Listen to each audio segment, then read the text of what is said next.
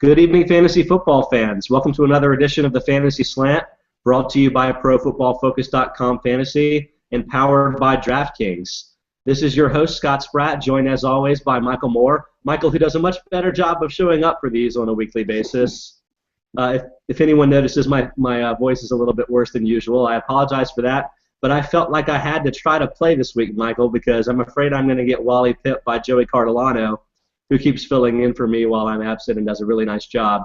Is it called Wally pipping if you do it in the NFL, or should it be like Tom Bradying or something? I don't know. What do you think? Yeah, Tom Brady's a good one. I thought did Jamal Charles Wally pip Larry Johnson, or how did that work out? I can't remember now. It's been too long. No, Larry Johnson just became old and, well, a criminal. But, yeah. Because there could have been the two-sided Wally pip there, because I think Larry Johnson Wally pipped Priest Holmes, but again, it's been quite a while. Yeah, they've had quite the dynasty of running backs in Kansas City. So no, you're doing a fine job, Scotty.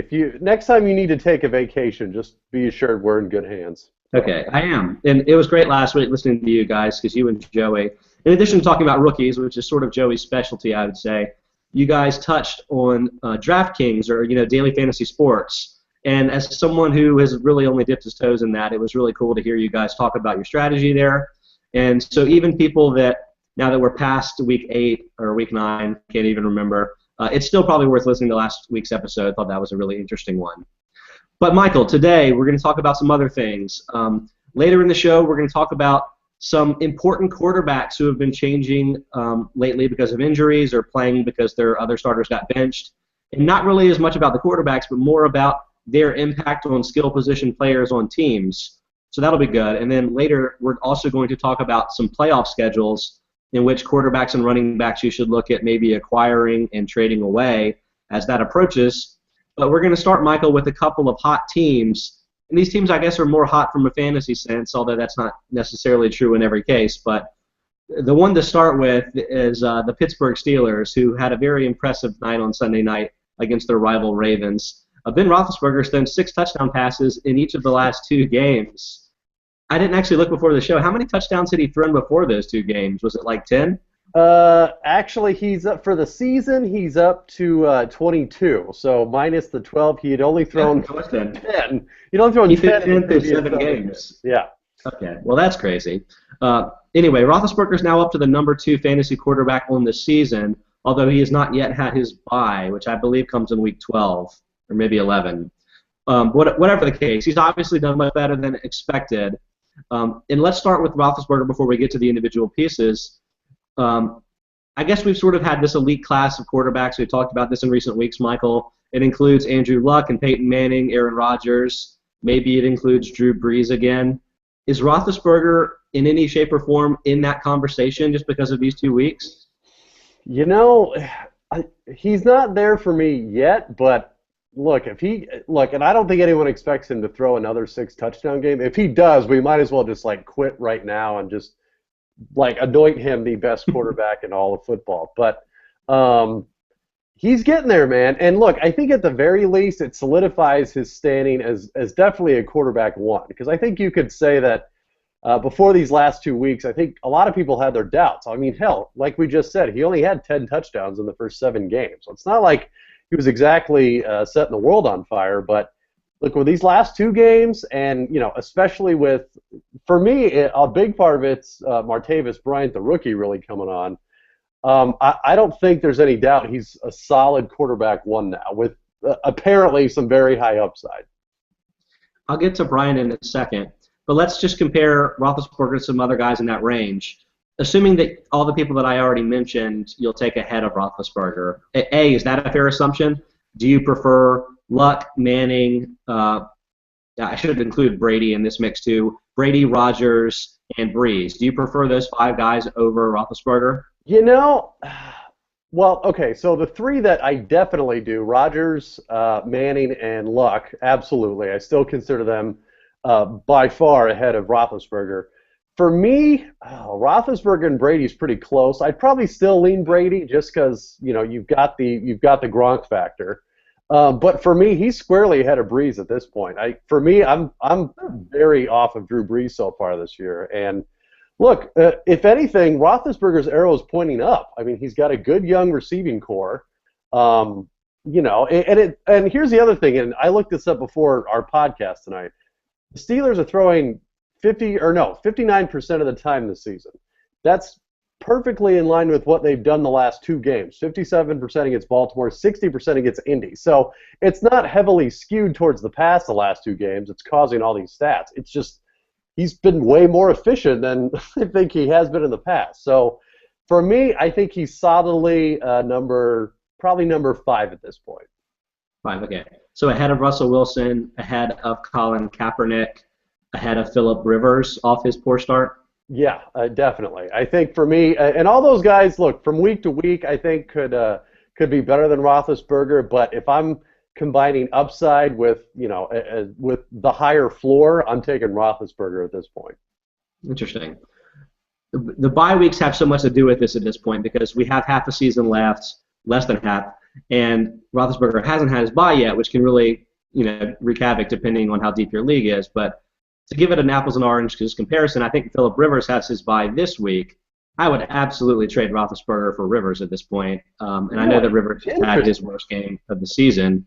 But prior to that, Rivers, I don't think he had fallen short of 2 touchdown passes in any game this season. So I just feel like he's so much safer. But one reason Roethlisberger may be finding the success is because, like you mentioned, Martavis Bryant, the rookie, 2 touchdowns in each of the last 2 games. 5 or more targets in 3 straight, and a touchdown or more in 3 straight. Bryant is 6'4", 211 pounds, a lot bigger than many of the Steelers receivers, both this season and in recent seasons.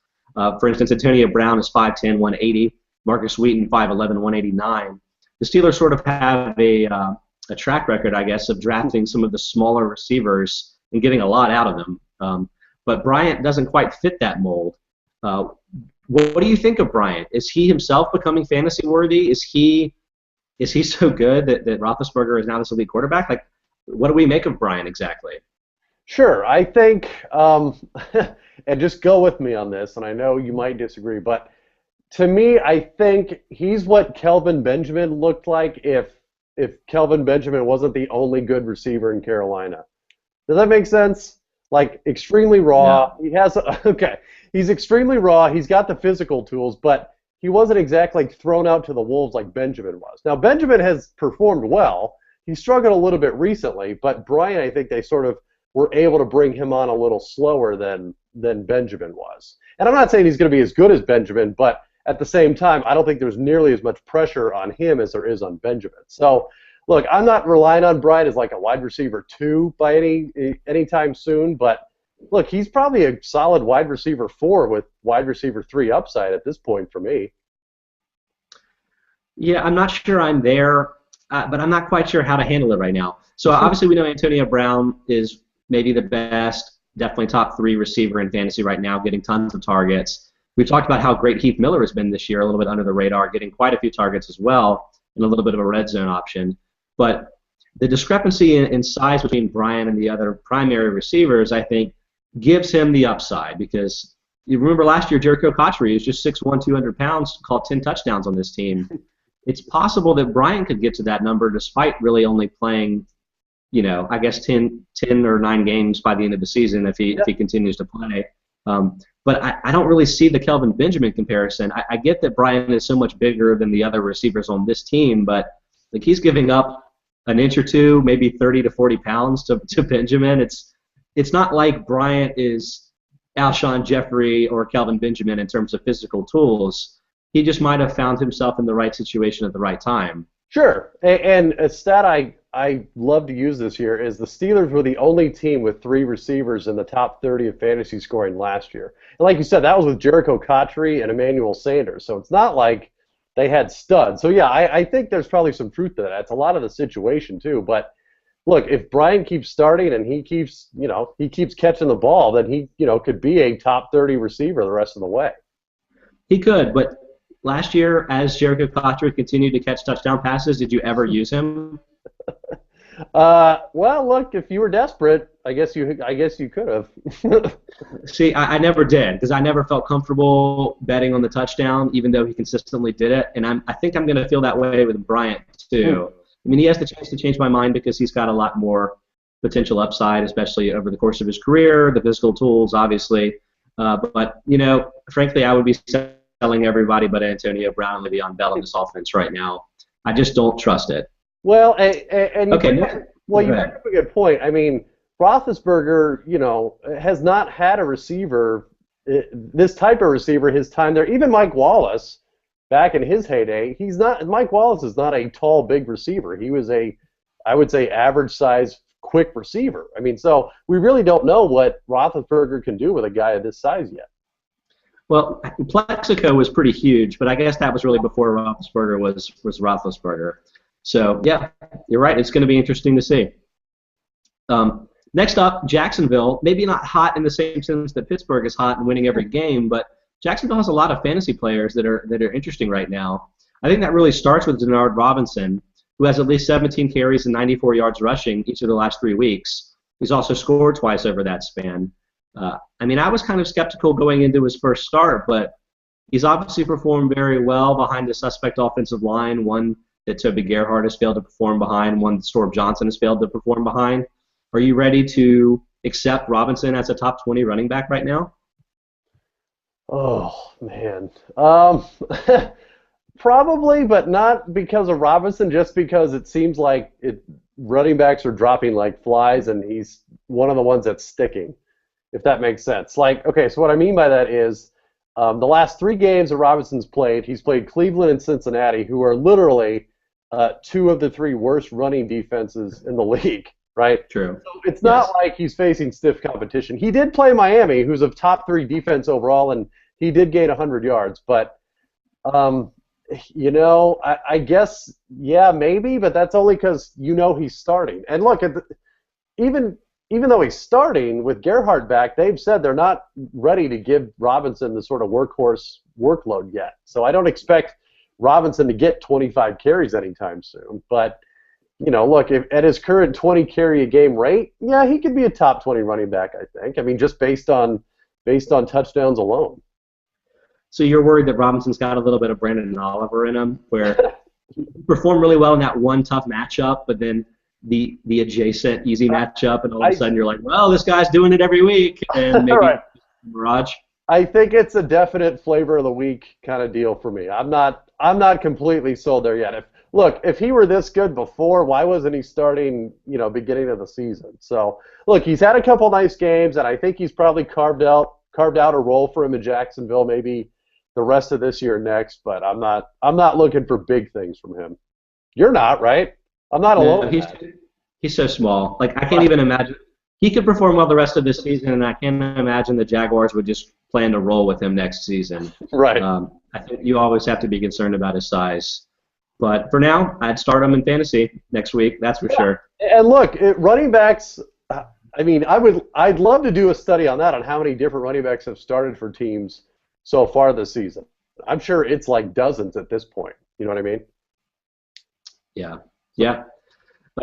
Another flavor of the week, Alan Hearns. Remember him from week 1? He caught 7 receptions for 112 yards and 2 touchdowns this week.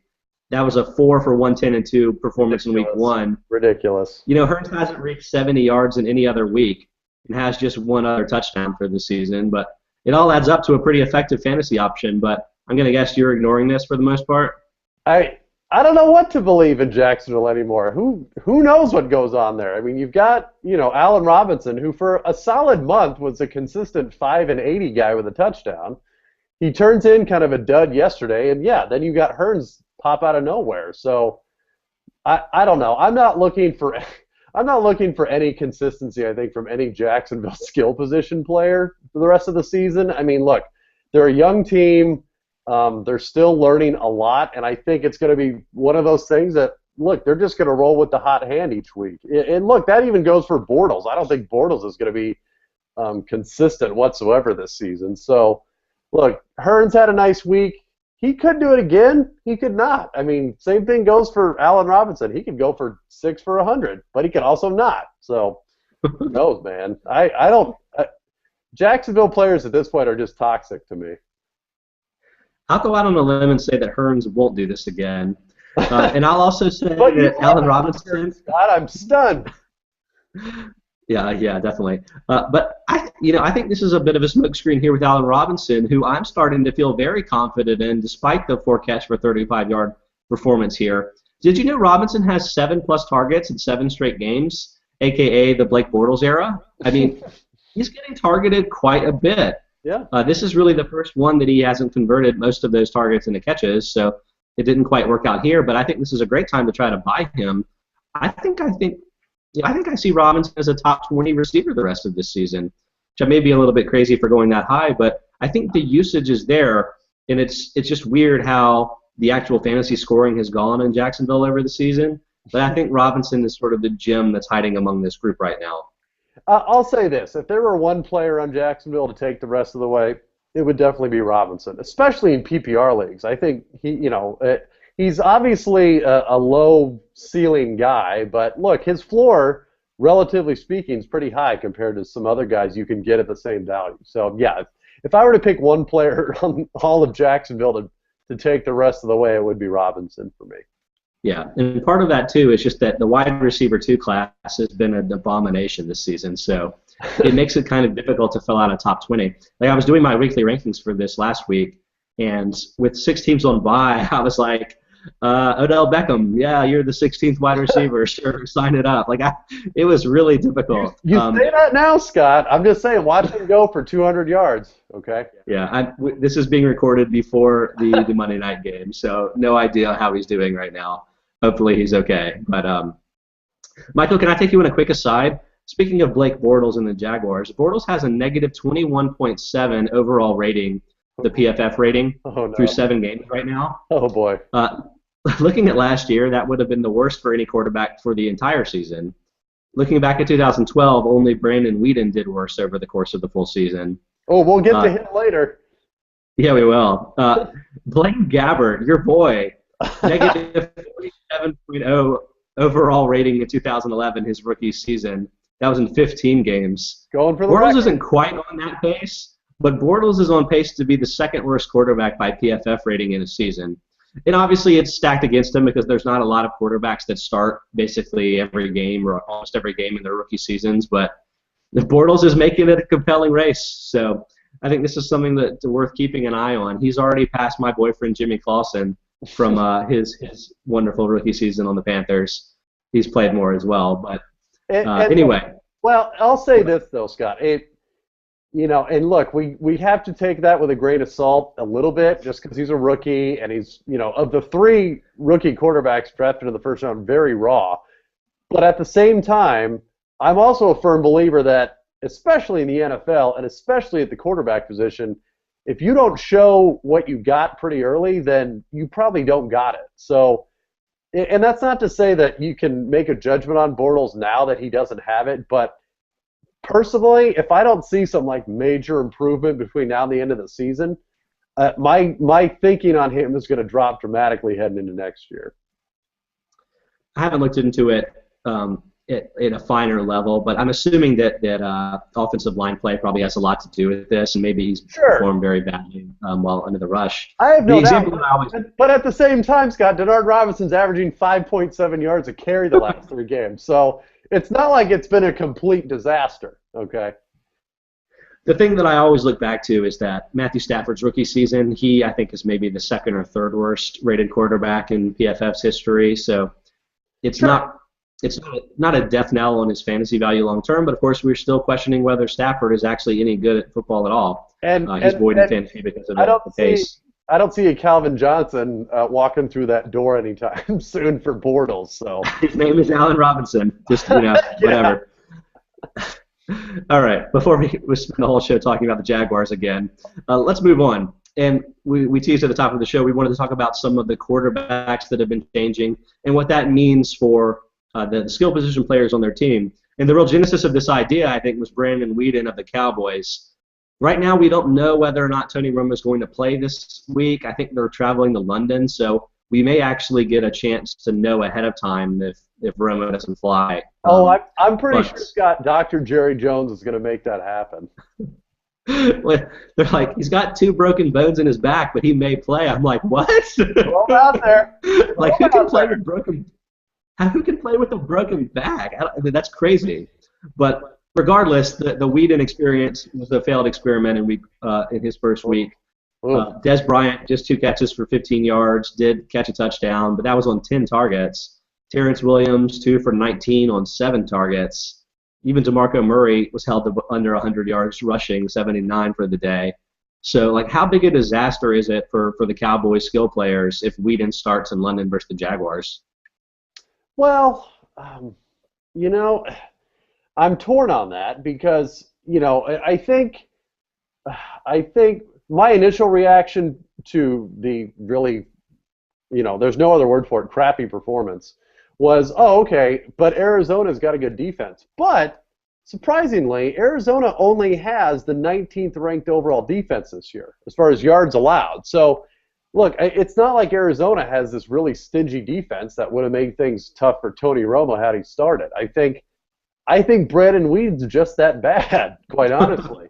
And I would be concerned. I really would if Whedon starts another game. I mean, look, I watched some of that Dallas game. A lot of the throws to Dez were just underthrown. And look, Dez is a guy that you can throw it 80 yards down the field and he will go get it. He's not the kind of guy that is very good at the comeback.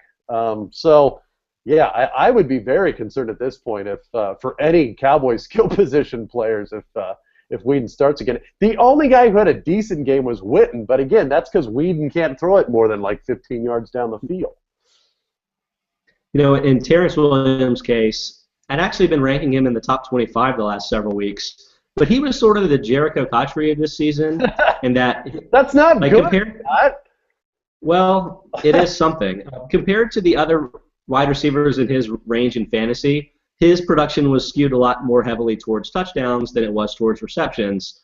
And so I think you're probably smart just going ahead and benching him for anybody in, say, the top 35 if Romo can't play this week. With Dez, it's a little bit more difficult. I've pretty much had Dez in my top 3 in my weekly rankings all year, except I think there was maybe one tough matchup that I dropped him to 5th or so. But I feel like for this week, you may not have – I'm pretty confident you won't have better options in traditional types of formats, but maybe in daily fantasy games you'd be thinking about this. But let's just try, just off the top of our heads, to do like a weekly ranking here. You may have to help me because I'm not sure if I can think of everybody that's on bye right now. But like, I think clearly all of the elite guys that are playing this week, you're going to want ahead of them, right? So that's like Demaryius Thomas, you'd rather start than Dez. AJ Green, you'd rather start than Dez. Yep. Jordy's back and playing this week. You'd be starting him and Randall Cobb. Yep. You'd be Brown. Antonio Brown for sure. They're still playing this week. I think. Let's see. I think T.Y. Calvin Johnson. Calvin's back this week, right? So you'd rather start him than Dez, wouldn't you? I probably would. Yeah. Yeah, I would. I mean, you'd definitely rather start Jeremy Maclin at this point than Dez. Yeah. I think Dez could potentially be outside the top 10 at wide receiver this week. It's not really that actionable, but it's definitely a lot worse than you would expect with Romo on the field. Sure. Is there anything there with the running game? Are you worried about Murray? Or are you just rolling with him? I've ranked him as my number 1 running back for like 7 weeks now. Yeah, no, because look, I think Arizona wised up and they go, okay, Brandon Whedon, we're going to make you beat us. And they put a lot of pressure on Murray. I mean, no, I'm with you, especially like I said before, in this day and age of running backs that, you know, just aren't reliable anymore. Murray's about as reliable as it gets. They're not giving the ball to anyone else there. There is no one else there. I don't care if you love Joseph Randle or anyone else in that running game. DeMarco Murray is it. So yeah, no, the Whedon thing doesn't worry me for Murray. I mean, and look, and he's playing Jacksonville this week, so he should have a good time no matter who's the quarterback. Sure. So I was clearly in a huge depression over the weekend after the Panthers lost yet again on Thursday, and I wasn't really that into football. But then all of a sudden, Nick Foles gets hurt. It turns out he's going to be out for several weeks with a broken collarbone. And I was like, oh, I can't think of who his backup is. Is it Matt Barkley? And then I realized, no, it's the Sanchez. I was so excited. Completely back in. So anyway, Mark Sanchez in for the foreseeable future, potentially for as much as 2 months, I guess, with Foles' broken collarbone, just based on my memory of how long that takes for some other players.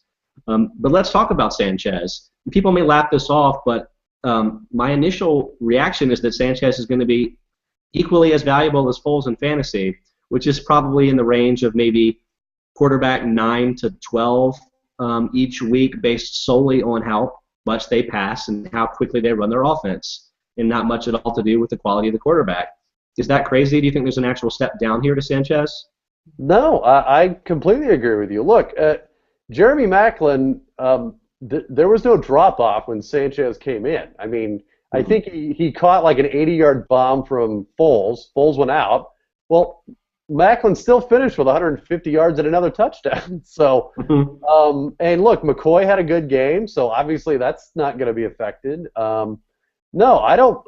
I don't look for a big drop-off, if any drop-off, with Sanchez. And look, you know, it's like somebody had said on Twitter, not me, someone smarter than me, but look, we'll finally get to see what Sanchez would have done with more talent around him, right? I think we can agree he didn't have a whole lot of talent around him, at least in the receiving game in New York, if ever. So with that around him now, and look, a pretty good offensive line that I think is finally fully healthy or getting there. No, I don't think that's crazy at all. I think there could be some weeks he's definitely a top 10 quarterback.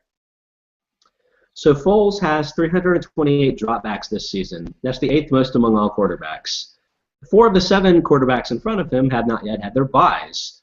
So you can say that really Foles is one of the 5 most pass-happy players in the league. I feel like that's not going to change at all with Sanchez coming in. Meanwhile, Foles was the 7th worst-rated passer by PFF passer rating, and among the players that are worse, only Bortles, Michael Vick, and Austin Davis are still starting.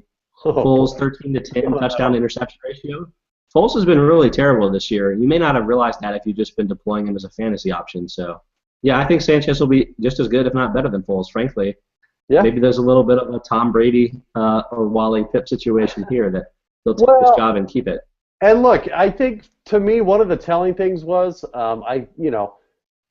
every team wants to find that franchise quarterback and lock them up, and I think it was a sign that Chip Kelly didn't do that with Foles this offseason when he could have. So, and that's, I think, really where the rumbling started was, hey, why doesn't Kelly re-sign him? Why doesn't he want him long-term yet? And look, I think it's not like Chip Kelly wanted this to happen, because I think we can all agree Philadelphia was humming along pretty good. But look, he's going to get to see if Mark Sanchez still has something. And if he does, then it's going to be good times in the offseason next year. So then no concerns for Jeremy Maclin, I assume? I don't think so. Look, Maclin is obviously still the #1 target there, and like you said, Foles had the 8th most dropbacks in all of football. So, no, I think there's going to be plenty of targets. And look, even with more attention, I mean, it's not like people are letting Maclin go. Even with more attention, he's still producing. So, no, he's very good. And I must say, he was one of the holdovers in our reality sports online league, Scott, and he's been fantastic. So, but he is up for trade if anyone wants him. So, if anyone's listening. Outstanding. Next up, former Philadelphia Eagles quarterback, current Jets quarterback Michael Vick got his first start. I think it was his first start. 21 of 28, 196, touchdown, no interception, no fumbles lost. Pretty good by Michael Vick standards. More importantly, Percy Harvin, 11 catches for 129 yards on 13 targets. Eric Decker, 9 catches for 63 yards and 1 touchdown on 12 targets. Those two combined for 25 of the 32 quarterback pass attempts. Vick didn't quite play the entire game. So, I mean, is Michael Vick the key to success? Has he just turned their 2 #1 wide receivers into top 20 wide receivers? No, probably not. But that's not to say, look, do I think Vic's going to be better than Geno Smith this year? Absolutely. I don't think that'll be very hard. But, look, and Decker has been okay this season. He was a little hurt for a game or two, but, look, he's turned in quietly a decent season. He has a good touchdown amount. Harvin, I don't know. I think that game was an anomaly, don't you think? Like, there's no way he's going to get 11 catches a game here on out, right? Not to say something stupid. Not so sure. It took me a game. I'm a game later than I wish I had been coming to this realization, but I guess better late than never. But is my memory right in this? But I feel like Vic was always the quarterback that targeted his receivers first. And the thing that clued me into this is Jason Morrow, who I've been consistently ranking a lot higher than many other fantasy analysts.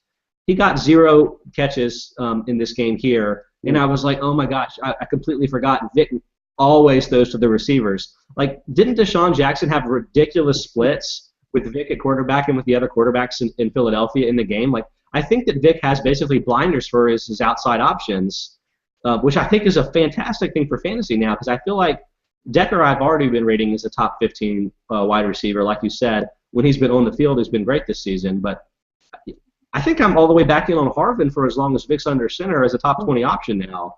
And that may make me crazy, but I just feel like that's the way that Vic plays the game.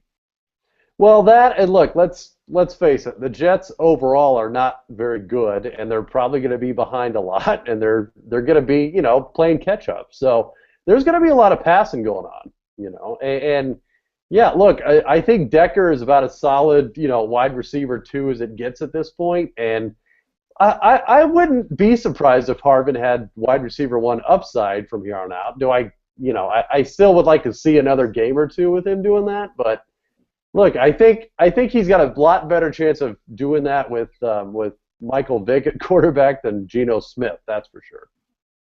It's hard to act on it, I guess, because I don't think anybody would expect Vic to remain the starter for the rest of the season, either by injury or by the Jets maybe wanting to try Geno again if they're looking towards the future.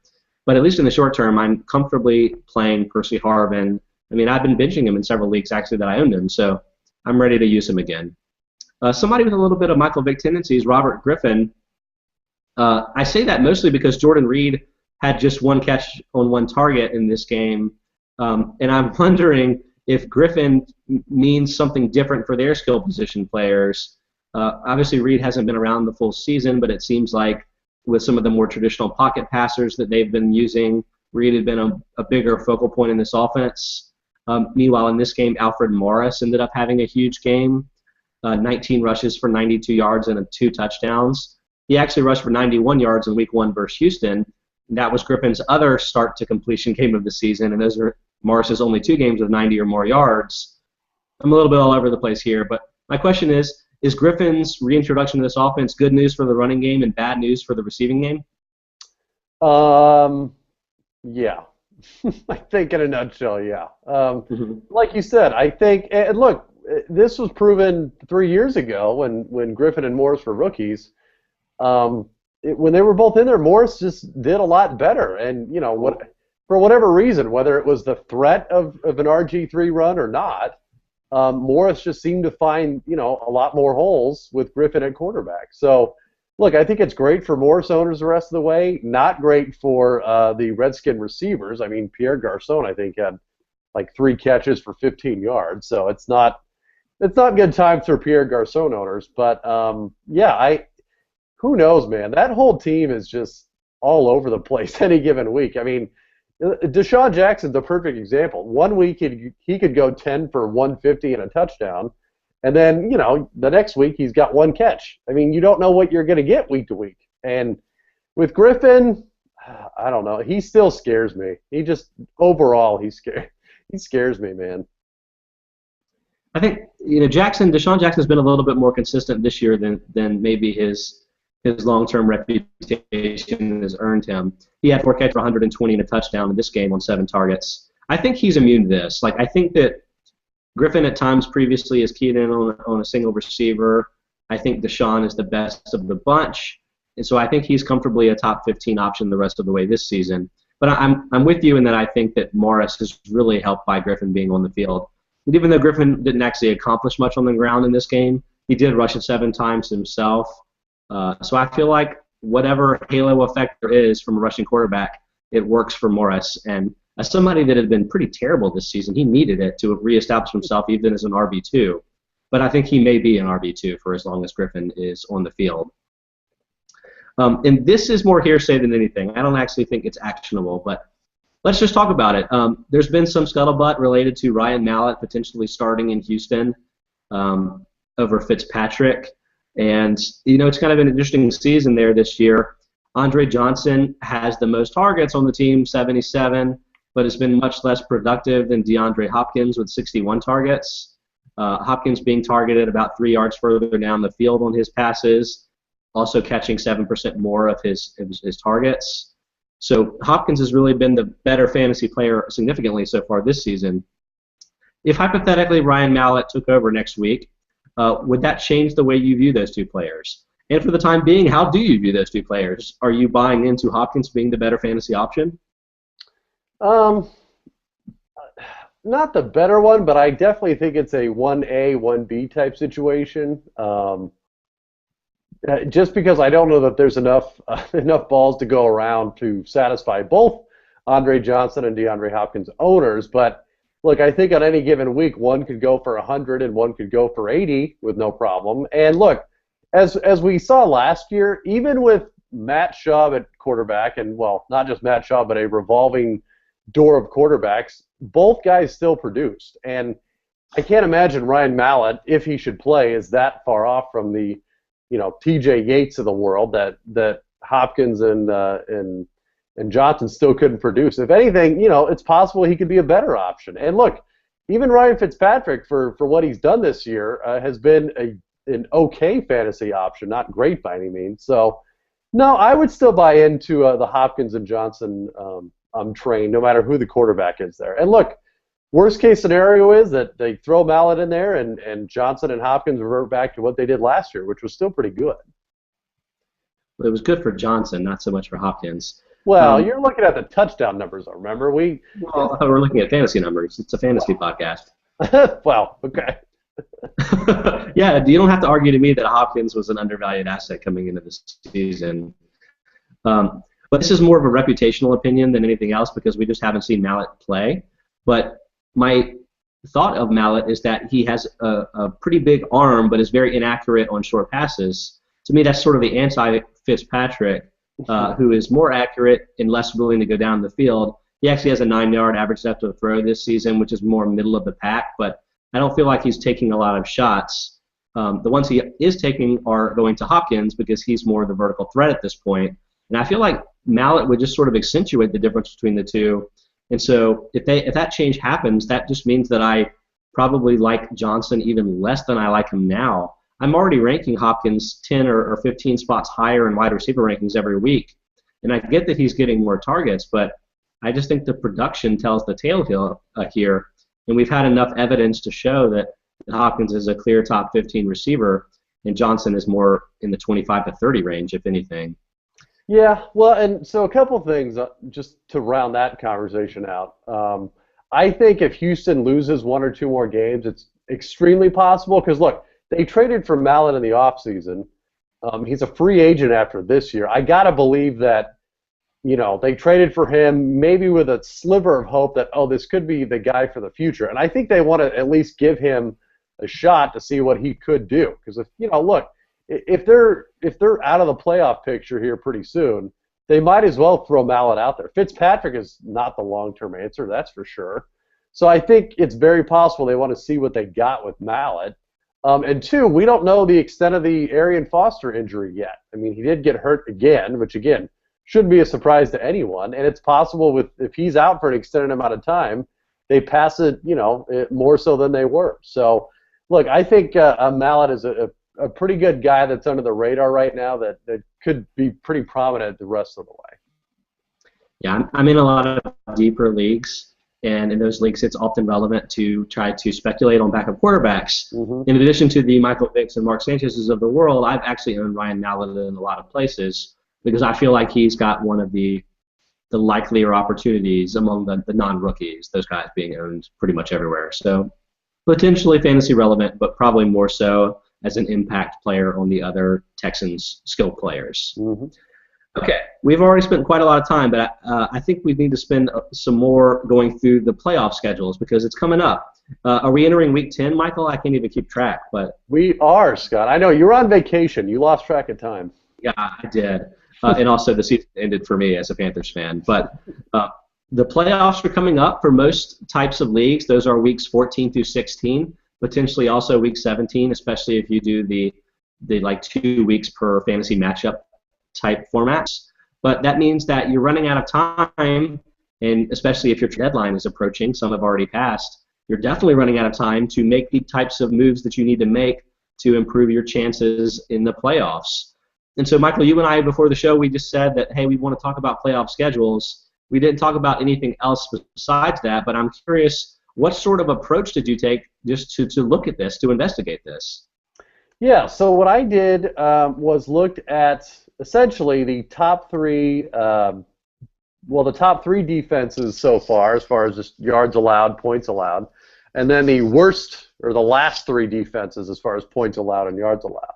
Mm-hmm. And then I looked at who those teams were playing in the weeks you mentioned, 14, 15, and 16 especially. So what I got was, as far as the toughest defenses right now as it stands, you've got the Lions, 49ers, and Dolphins. Okay? Are we talking about rushing or passing?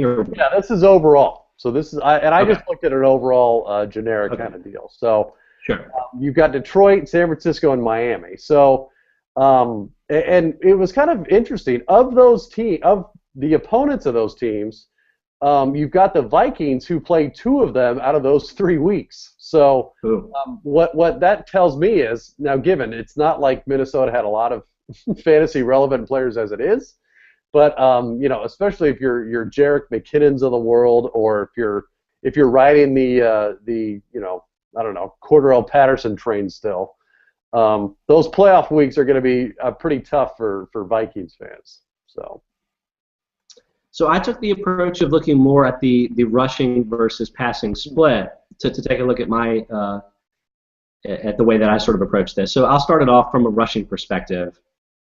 The Packers have actually allowed 15 more rushing yards per game than any other team in football. So they're sort of the prime matchup for running backs. And then the Bengals, Browns, Rams, Titans, and Raiders round out the top 6 in terms of rushing friendliness. So I was looking at teams that sort of maybe worked and played some of those teams. This is going to make me sad, this whole segment, but the Panthers get both the Browns and the Buccaneers in the weeks 14 to 16 range. Not that really means anything in fantasy right now, but if something happens to clarify their backfield over the next few weeks, I mean, we've had various stages of this season where D'Angelo Williams was the primary starter and Jonathan Stewart's the primary starter. If something sort of susses that situation out, those may be options to go with in deeper leagues. The guy that really appeals to me, though, is Fred Jackson, who's actually probably available in some formats because of his injury. But if he's back and healthy, he gets both the Raiders and Packers over those 3 weeks. So that's a player that I'm definitely looking to add or potentially trade for to get those prime matchups. On the other side of things, I think this is kind of similar to what you were looking at in the overall numbers, but among rushing teams, the Broncos, the Lions, Cardinals, Seahawks, 49ers, Ravens, Jets, and Bills are pretty well clear of the pack in terms of rushing yards allowed per game, like the fewest. So those may be some of the teams to avoid from that. And I will say, before I get into some of the passing sort of teams, I will say that I'm much more likely to play the matchups with running backs than I am with quarterbacks. Just based on my own research, a quarterback's own predictor of his future success than the opponent that he's playing. But given that grain of salt, there are some pretty clear standouts in terms of passing defenses, good and bad. And the bad include the Cardinals. We mentioned before, like they've been really stingy against rushers, but have been pretty friendly against passers. The Buccaneers, Falcons, Texans, Saints, and Jaguars have also been some of the worst pass defenses. From a touchdown perspective, that was from yardage, but the Bucs have given up 18 touchdowns through the air this season.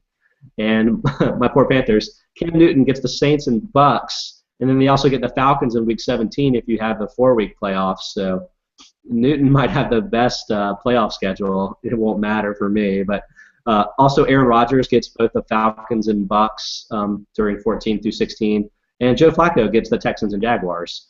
So Flacco may be the one that you can actually make a move on, but Newton too. I mean, Newton is outside the top 10 in many people's fantasy rankings. Hasn't been playing that well, to tell you the truth. So maybe an option there. And then looking at this from the other side, the best pass defenses in terms of yardage: the Chiefs, the Dolphins, the 49ers, the Vikings, the Lions, and the Seahawks. And the Lions, which I think was your number one overall, they've allowed a 9-9 touchdown to INT ratio. So definitely a team to avoid down the stretch there. I hit you with a lot in a row there, but Michael, do you have any sort of commentary on what I was talking about there? No, I think, and it's honestly pretty in line with what I found too. Just another note. So overall, defenses, the easiest I had was Cincinnati, Tampa, and Atlanta, like you mentioned. Mm-hmm. Other team that plays two of those three teams, in addition to Green Bay, is Pittsburgh as well. So it's another positive for any Steelers skill position player. But yeah, I think look, it's something you got to pay attention to, especially when it's playoff time for fantasy purposes. I mean, you're talking about, you're going to be playing other good fantasy teams, and you need every advantage you can get. And like you said, if you've got a running back going against the Packers, who are by and far the worst run defense in the league, then look, that'll be your tiebreaker for a lot of rosters, I guarantee it. Yeah, I mean, I think specifically in a lot of these cases, the guys like Newton and Flacco and Fred Jackson, those are guys that they're sort of in the range where you're already having to make weekly decisions on them. So it makes a lot of sense to use that as the determining factor when maybe otherwise there isn't a lot to differentiate them in your mind. So yeah. I think those are definitely players that you can acquire for potentially free or for the cost of a back-end roster player. So definitely worth taking a look. All right, Michael, I think we've pretty much hit on all of the topics we had planned. Is there anything else that you want to go with here before we end the show? No, just everyone steer clear of Brandon Weeden and everything he touches. I think that's the lesson we've taught people here tonight, Scott. Well, I think London appreciates that public service announcement that you were able to give them. I'm sure they're looking forward to him playing the Jaguars next week. I feel like they get all the great games. So they really do. Watch. Superstars in London. Nothing but stars. Absolutely. And I'm sure next week will be Jags talk once again because they're our favorite team to talk about. But anyway, thanks for everyone that made it this far. We appreciate you listening to the Fantasy Slant brought to you by Pro Football Focus. For Michael Moore, this is Scott Spratt, and we will talk to you next week.